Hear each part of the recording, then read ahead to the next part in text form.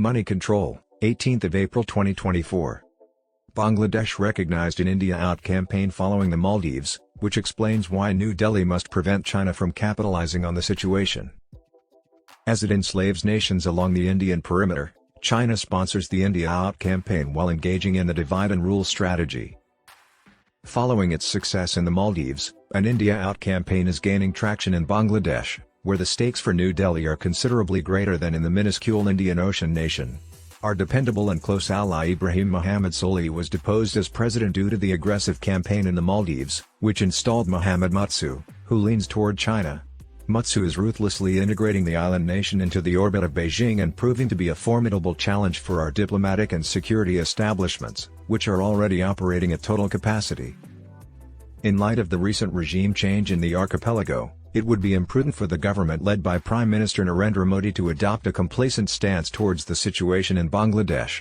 The India Out movement urges the people of Bangladesh to conduct a strict boycott of all imported and sold Indian goods to impart a lesson to New Delhi. The movement emerged within 10 days following the blatantly one-sided election in which Sheikh Hasina, the leader of the Awami League, was sworn in for a fourth consecutive term as Prime Minister.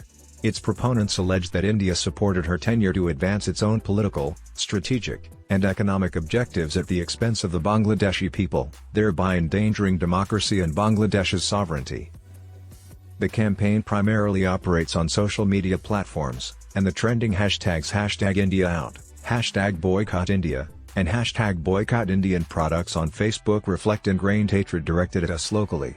This is an unsettling development, considering our importance to our immediate community. Pinaki Bhattacharya, a Bangladeshi physician and steadfast Hasina critic who has been in exile in Paris since 2018 and has amassed more than 2 million social media followers, conceived of the movement. The activist asserts unequivocally that Hasina has been using India's covert and overt backing to conduct illegitimate elections in Bangladesh since 2014 and that India will continue to support her and intervene in Bangladesh's internal affairs until its economic interests are severely damaged. 1 million people viewed his first video on his YouTube channel, advocating for a boycott of Indian goods. Following this, prominent human rights organizations, the opposition Bangladesh Nationalist Party, and civil society organizations substantially supported the social media influencers initiative. The media has been somewhat reticent to report on the effects of the India Out movement. However, Voice of America quoted employees of stores in Dhaka and Chittagong shortly after the movement began, stating that sales of Indian products such as cooking oil, processed foods, toiletries, cosmetics, and clothing had decreased. Similarly, Al Jazeera documented the unwelcoming reception suppliers received in Dhaka for the Indian consumer goods behemoth Marico encountered. Grocery stores, which were ordinarily eager to restock their shelves with the company's hair oil, cooking oil, body lotion, and other products, refused to accept new shipments. One shopkeeper lamented, "Indian products simply aren't moving, we're stuck with unsold stock and won't be restocking." Nikkei Asia's coverage of the campaign's impact on Ramadan sales in the predominantly Muslim nation just before Eid, observed last week, is even more concerning. A serious boycott caused a decline in sales of Indian products, including biryani masala, saris, and salwar kameez. Nikkei Asia reported that customers specifically inquired about the authenticity of the products before purchase, which had never occurred before, and that shops reduced the prices of Indian imports to stimulate dwindling sales. Sheikh Hasina's position of authority. Hasina, whose close association with India and monopoly of power instigated the campaign, abruptly terminated her remarks after a BNP leader in Dhaka ignited a fire of Indian products in which his Kashmiri shawl was entangled. She proclaimed that BNP leaders ought to burn the saris purchased in India for their spouses if they are serious. She ridiculously challenged BNP leaders to prepare meals devoid of seasonings, garlic, ginger, and Indian onions.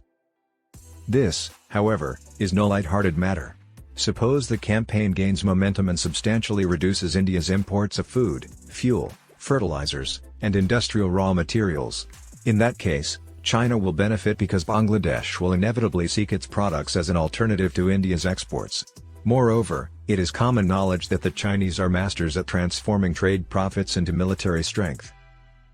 The India Out movement can be diffused through active participation in the entire spectrum of political parties and civil society in the neighboring country instead of focusing solely on Hasina, who bears her allegiance to India through the pallu of her exquisite saris.